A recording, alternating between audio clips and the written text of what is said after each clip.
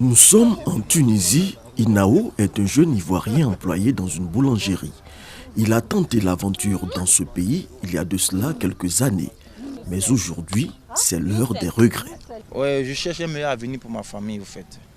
Pour avoir au moins, comment on appelle là, un avenir radieux pour l'enfant. Étant ici, c'est pas évident. Même des illusions pour Priska, venue en Tunisie en 2014 pour poursuivre ses études. Elle s'est retrouvée femme de ménage. Dans leur quête de lendemain meilleur, ils sont prêts à tout, y compris à prendre le risque d'une traversée de la Méditerranée vers l'Europe. Quand ils étaient au pays, on leur a promis des salaires énormes. Il y a certains même qui ont vendu leur commerce, qui étaient bien placés là-bas. Quand ils sont arrivés ici, ils se sont rendus compte qu'on leur a carrément menti. C'est tellement difficile, c'est aux yeux de d'autres personnes, c'est mal vu de traverser la Méditerranée. Mais nous nous sentons de prendre le risque de traverser la Méditerranée pour aller de l'autre côté. Cette interview a été réalisée au mois de juin. Priska a-t-elle joint l'acte à la parole? Nous le saurons le confirmer. Marie-Laure Djadji, 38 ans et mère de 2 enfants, n'a pas voulu prendre le risque de cette traversée, malgré les difficultés rencontrées à Rabat.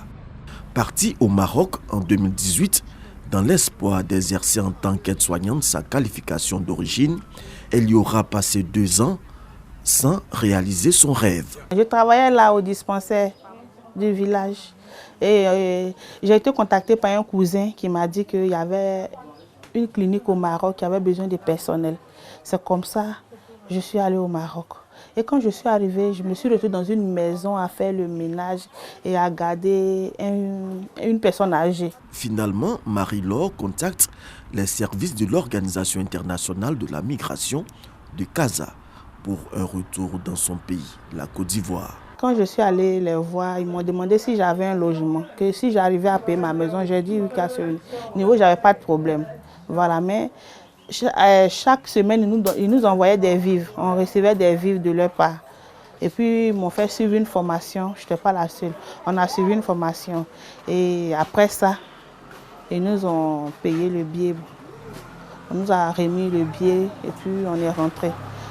Dès son arrivée, elle bénéficiera d'un financement de 950 000 francs CFA pour ouvrir ce salon de coiffure dans la commune d'Anyama qu'elle tient avec 2 employés. Quand je suis arrivée, ils m'ont donné de l'argent de poche, 100 000. J'ai monté le projet, j'ai envoyé ça par mail. Ils ont reçu, on m'a envoyé le message, je suis allée à la banque pour retirer l'argent. En tout cas, depuis que j'ai ouvert le salon, tout va bien, j'arrive à subvenir à mes besoins. Comme elle, Abou Fofana, fabricant de sacs bananes, revenu de la Libye en 2018, raconte sa mésaventure. Les conditions n'étaient pas faciles à vivre en Libye. On a essayé de traverser, on nous a tout nous ramener en prison. Bon, on est resté en prison, on a fait 8 mois en prison.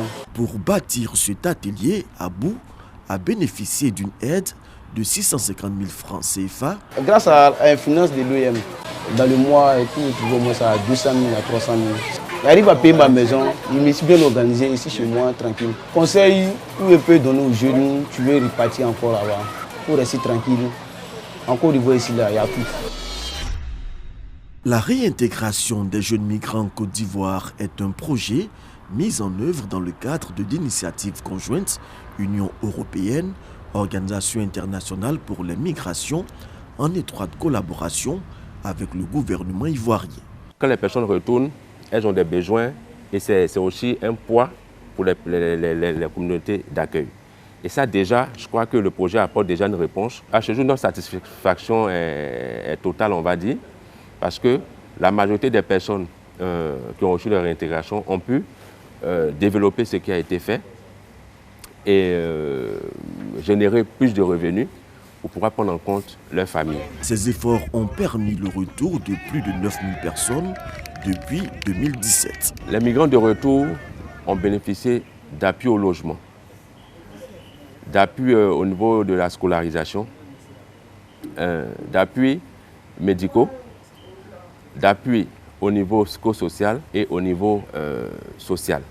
Il faut dire que tous ces appuis-là rentrent dans la vision de l'OIM en termes de réintégration, parce que pour nous, la réintégration n'est pas seulement économique, elle est vue aussi au niveau psychosocial et au niveau social. Et c'est tous ces aspects intégrés qui vont permettre de réussir une intégration pour les migrants de retour. Ce projet a pour objectif d'aider les migrants ivoiriens bloqués le long de la route méditerranéenne centrale à rentrer de manière volontaire en Côte d'Ivoire et à leur proposer la meilleure assistance possible en fonction de leur vulnérabilité.